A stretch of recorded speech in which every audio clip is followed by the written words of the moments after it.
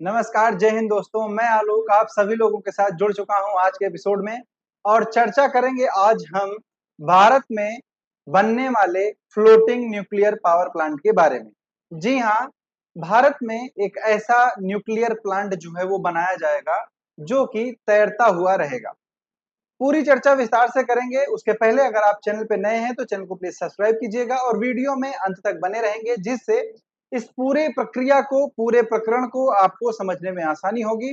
तो चलिए शुरू करते हैं बिना किसी देरी के अपना एपिसोड और बताएंगे कि हाल ही में आप लोगों ने देखा होगा मोदी जी रूस की यात्रा पर गए थे और रूस की यात्रा पर वो 2 दिन रूस में रुके। बहुत सारे जो एमओयू होते हैं वो साइन किए गए और ऐसे में रूस की सहायता लेके या फिर रूस से इंस्पायर होके एक ऐसा पावर प्लांट बनाने का निश्चय किया गया है जो कि एक फ्लोटिंग न्यूक्लियर पावर प्लांट होने वाला है। तो जी हाँ, हेडिंग जो है कि भारत जो है वो तैरता हुआ न्यूक्लियर पावर प्लांट बनाएगा। तैरता हुआ मतलब कि ये न्यूक्लियर पावर प्लांट पानी पर बनाया जाएगा और पूरी तरह से ये फ्लोट करेगा, तैरता रहेगा। ठीक, तो हाल ही में जो बजट प्रस्तुत किया गया 23 जुलाई को वित्त मंत्री निर्मला सीतारमण के द्वारा, इस बजट में इस पावर प्लांट का जिक्र जो है वो ऊर्जा क्षेत्र के संबंध में किया गया। ऊर्जा क्षेत्र को बढ़ावा देने के लिए और कार्बन इमिशन को कम करने के लिए क्या किया जाएगा? फ्लोटिंग न्यूक्लियर पावर प्लांट बनाया जाएगा। ठीक, तो चलिए समझते हैं पूरी प्रक्रिया को, ये क्या होता है, किस प्रकार से कार्य करता है और इसमें बिजली किस प्रकार से बनाई जाती है। तो एक पेवेक शहर है, कहां पर? रूस में। तो रूस ने पहली बार क्या किया? एक फ्लोटिंग न्यूक्लियर पावर प्लांट बनाया।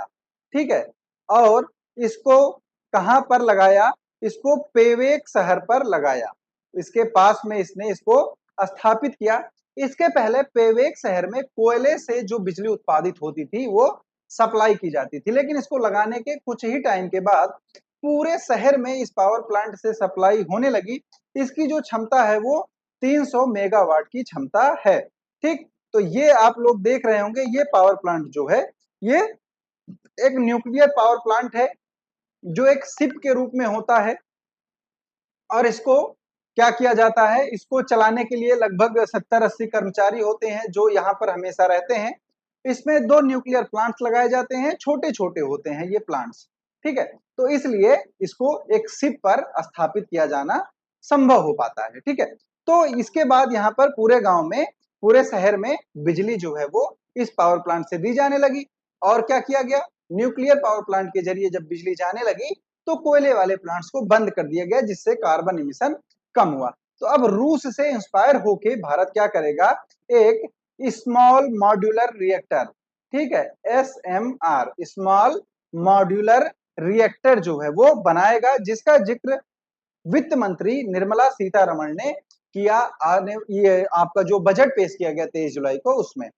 ठीक, अब अगर बात करें तो जो स्मॉल रिएक्टर होते हैं, जो छोटे रिएक्टर होते हैं, वो 3 तरह के होते हैं। तो पहला इसमें होता है माइक्रो रिएक्टर। ठीक है, क्या होता है?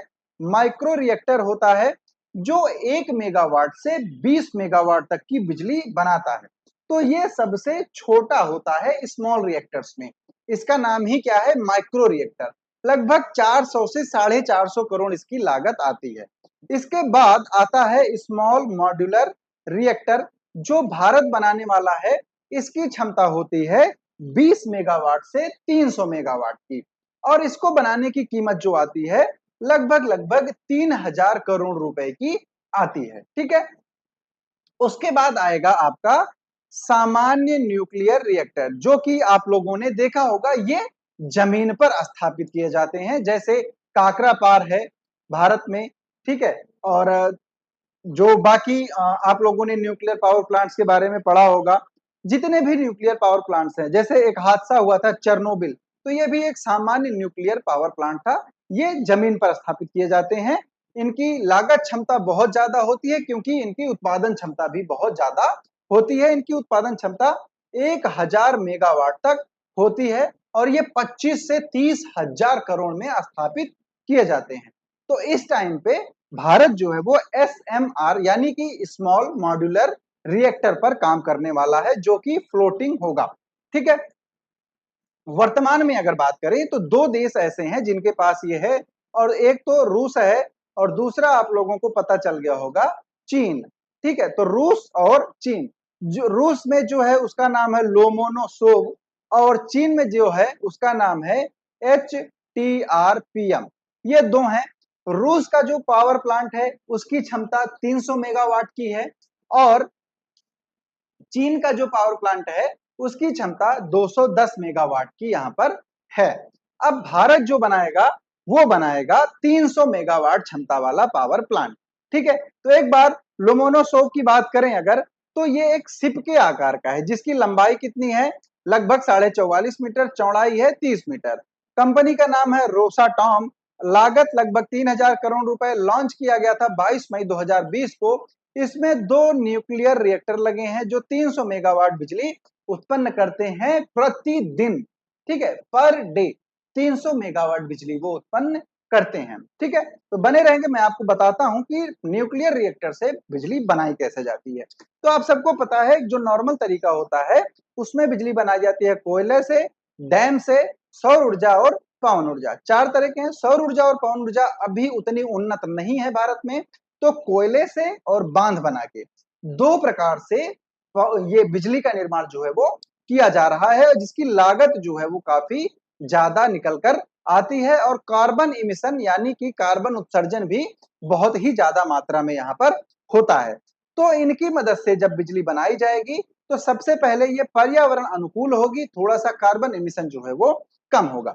बनाई कैसे जाती है, तो इसमें आपको पता होगा न्यूक्लियर पावर प्लांट्स में, मैं थोड़ा साइड हो जाता हूं, आप पढ़ लेंगे। ठीक है, इसकी पीडीएफ आपको डिस्क्रिप्शन में टेलीग्राम का लिंक है, वहां पर मिल जाएगी, कोई घबराने की बात नहीं है, वहां से आप इसको डाउनलोड कर सकते हैं।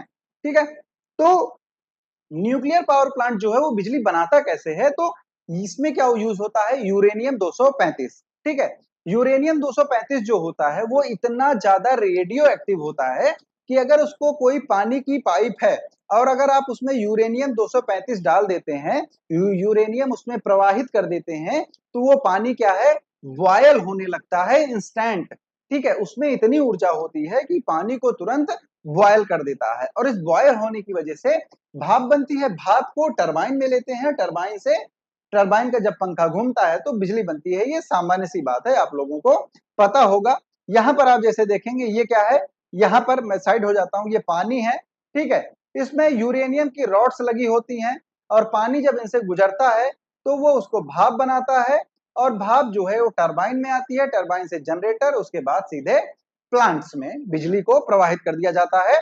ये पूरी कहानी वही है जो मैंने आपको बताई, इसको आप यहाँ पर पढ़ सकते हैं या फिर पीडीएफ आप डाउनलोड कर सकते हैं। ठीक है, फायदा क्या है इसका, तो पहली बात कार्बन इमिशन कम हो जाएगा, दूसरी चीज ये छोटे होते हैं, और तीसरी चीज फ्लोटिंग है, तो जहां पर खंभे से बिजली नहीं पहुंचा सकते, बांध नहीं बना सकते, बिजली की पहुंच जो है वो बहुत ही रेयर हो चुकी है, तो वहां पर आप इसको क्या है, स्थापित कर सकते हैं। ठीक है, उसके बाद क्या है, ये जो है जहाज या बड़ी गाड़ी पर भी लगाया जा सकता है, तो इसलिए जमीन की ज्यादा जरूरत नहीं होती है।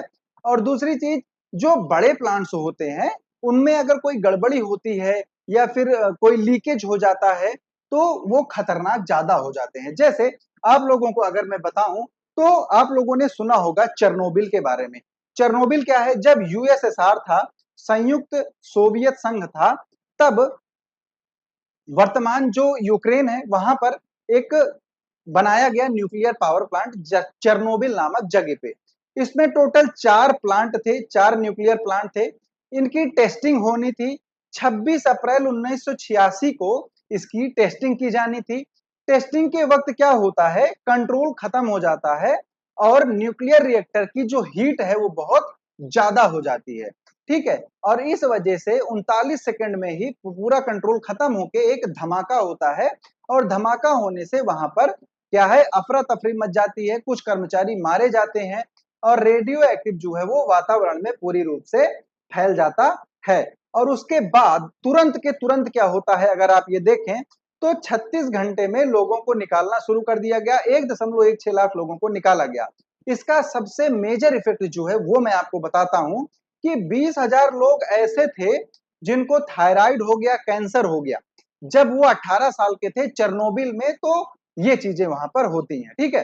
तो वहां पर देखिए जो पूरा वेजिटेशन होता है, जंगल होते हैं, सब कुछ क्या है, समाप्त हो जाता है अगर कोई न्यूक्लियर लीक हो जाता है प्लांट्स में तो, ठीक है। तो ये पूरी जो घटना थी ये चेरनोबिल की थी, और भारत जो है इसलिए बनाने वाला है एक फ्लोटिंग न्यूक्लियर पावर प्लांट, ठीक है। चलिए, तो ये सेशन यहीं तक था। अच्छा लगा हो तो कमेंट, शेयर, सब्सक्राइब सब कुछ करेंगे, और चैनल को सब्सक्राइब करना बिल्कुल नहीं भूलेंगे। Thanks for watching. जय हिंद, जय भारत।